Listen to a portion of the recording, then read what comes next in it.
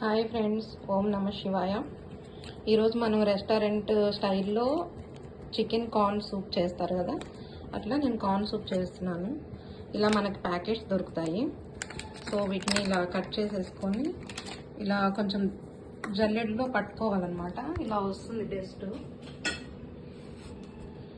ఇది అంతా అవసరం లేదు. సో మనం ఇలా పట్టేసుకొని అండ్ స్వీట్ కార్న్ పౌడర్ ఉంటుంది వైట్ది, ఇది ఒక ప్యాకెట్కి 2 స్పూన్స్ ఇది కలుపుకొని స్టోర్ పెట్టుకోవాలి. ఇది నాకు 4-5 టైమ్స్ వస్తుంది. ఇప్పుడు దీన్ని ఎలా రెడీ చేయాలో మీకు చూపిస్తాను.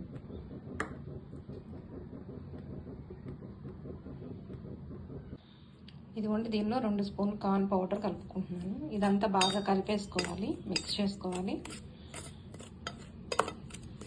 అండ్ హాట్ వాటర్ పెట్టుకోవాలి. ఈ గ్లాస్తో గ్లాస్ పెట్టాను, నా ఒక్కదానికే కాబట్టి గ్లాస్ కరెక్ట్ సరిపోతాయి వాటర్. అండ్ కొన్ని వాటర్ ఉంచేసుకొని ఇది 2 స్పూన్స్ ఇందులో కలిపి అప్పుడు ఈ వాటర్ బాగా బౌల్ అయిన తర్వాత ఇందులో కలుపుకోవాలి.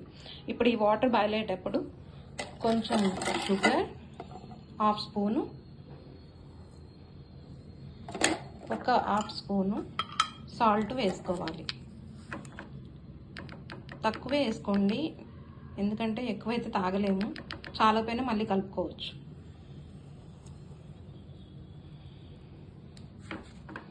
అండ్ 2 స్పూన్స్ వాటర్లో కలిపేసుకొని ఇది మరిగాక ఇందులో కలుపుకోవాలి. అది పోసిన తర్వాత తిప్పుతూ ఉండాలి, లేకపోతే గడ్డలు కడుతుంది. ఫైనల్గా ఒక ట్రిక్ చెప్తాను మీకు, రెస్టారెంట్ స్టైల్ ఎలా వస్తుందనేది.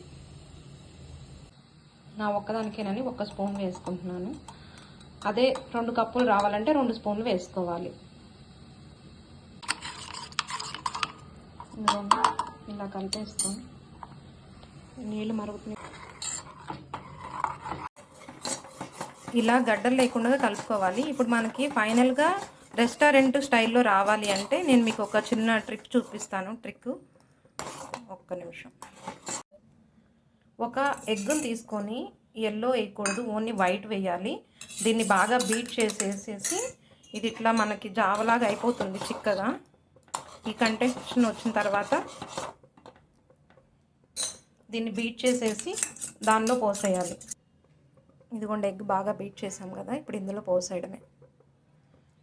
అంతే అండి, మనకి రెస్టారెంట్ స్టైల్లో కన్నా మన ఇంట్లో చేసుకుంటాం కదా, ఇదే బాగుంటుంది.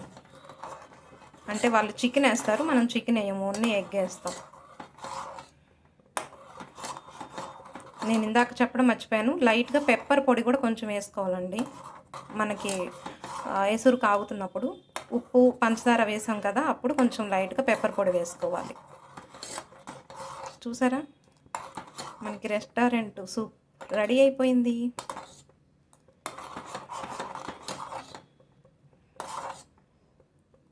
అంతే అండి, ఈ వేడికి ఎగ్ అంతా ఉడికిపోతుంది, భయపడాల్సిన పని లేదు. ఇప్పుడు ఆపేసి మనం కప్పులో పోసేసుకుందాం.